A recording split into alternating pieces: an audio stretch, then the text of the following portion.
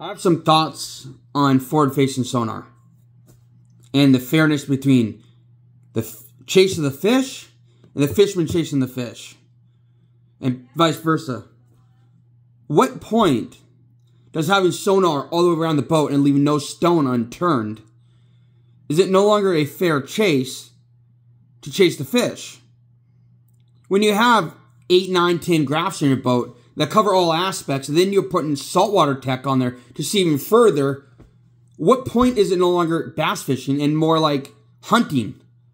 But even if it is catch and release, you know, where can they hide to become record size? Where maybe they have this rock or tree that they used to hide in, now people can see into it and then catch them. So what point is it eliminating record-breaking fish, or record-breaking fish being caught, but let's say a bass killer or somebody that's killing fish to eat them? At what point do those fish get killed because they can no longer hide because somebody that's out there to harvest bass has forward-facing sonar that can see that fish that otherwise wouldn't? What point does, like, leaving no stone unturned become a problem, right? Poaching. You get poaching with a light at night for a deer. They have no place to hide besides behind a tree. Well, let's say you're doing that underwater and there's no tree there. There's nothing stopping them from seeing it. That's forward-facing sonar. But are you killing them? That's not the point here. I'm just saying you see everything, whether there's an obstacle there or not.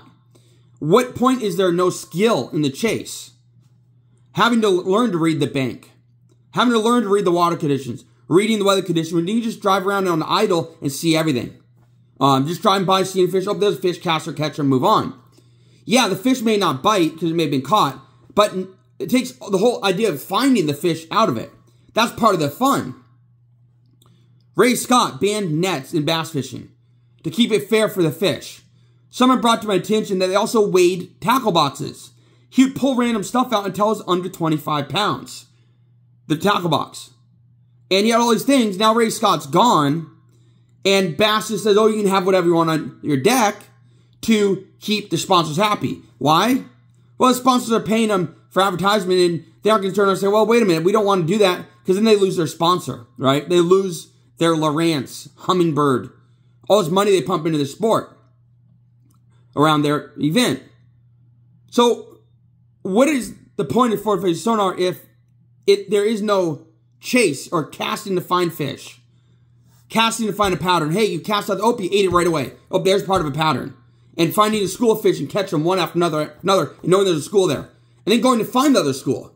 Versus just driving by and seeing a school and catching them. Driving by the next school, seeing them and catching them. It's literally just picking fish out of a barrel when you see them. It's not, there's no chase.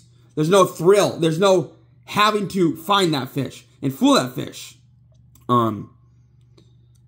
For the overall picture, yeah, you still have to catch the fish. Maybe they don't want to bite, but heck, I caught a fish. My brother did. I watched it, sat there for 2 hours and caught the fish again after it was just hooked and ripped out of the water, right? So they're willing to bite, but that fish literally bit the bait, everything but the hook. 2 hours later, he finally got just above the hook, and I hooked him by the skin of his lip. So they bite again, but not very willingly. And so it's, people say, well, you hook them, they don't bite again. They do. It's just, they're very, very cautious. And when I caught that fish, I think he bit it 4 or 5 times where I thought he had the hook, 4 or 5 swings on him. It was a bed fish. He missed it, finally got him to eat again, got him in. Just to see if it was possible to fool a fish that literally just got hooked. 2 hours later, I did it. It was a lot of work, but it's possible. So that aspect of once you hook them, they won't bite again is kind of debatable. They're very cautious, but it's possible.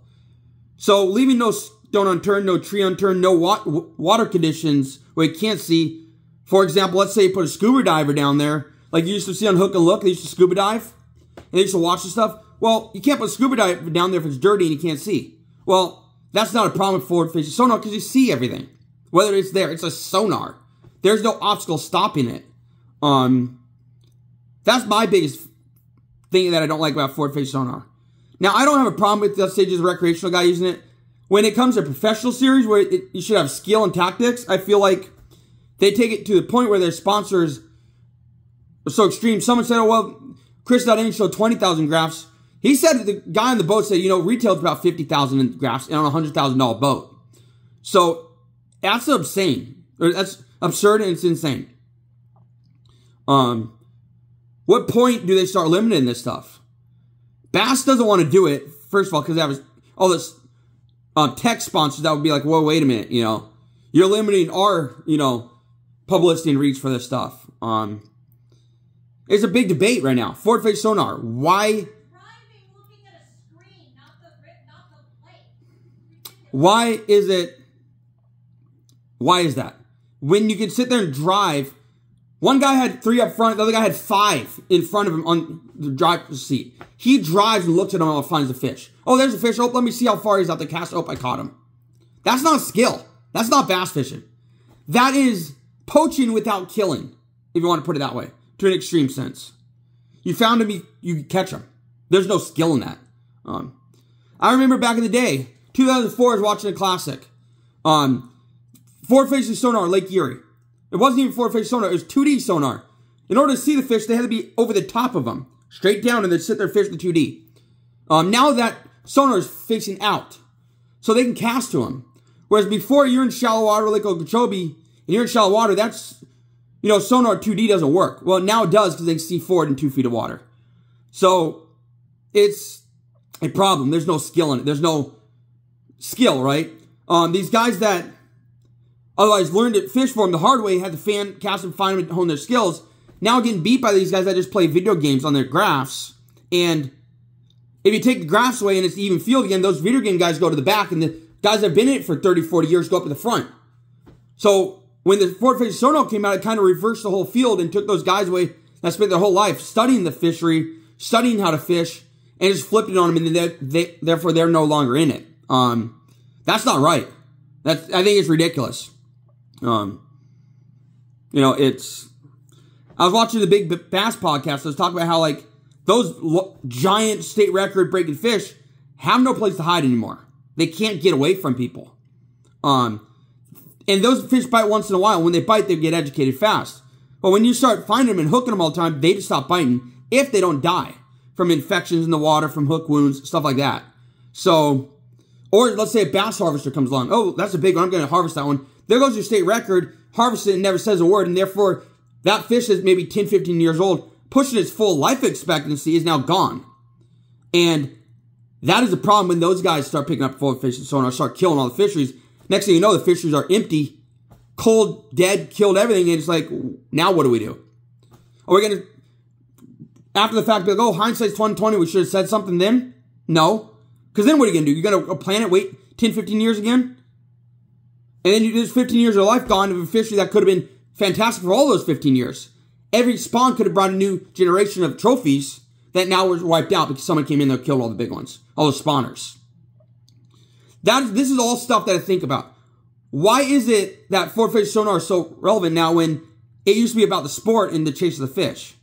You know, when it used to be fair for the fish and the fishermen, not just the fishermen. And that is one of my big gripes about the Foward Facing Sonar stuff.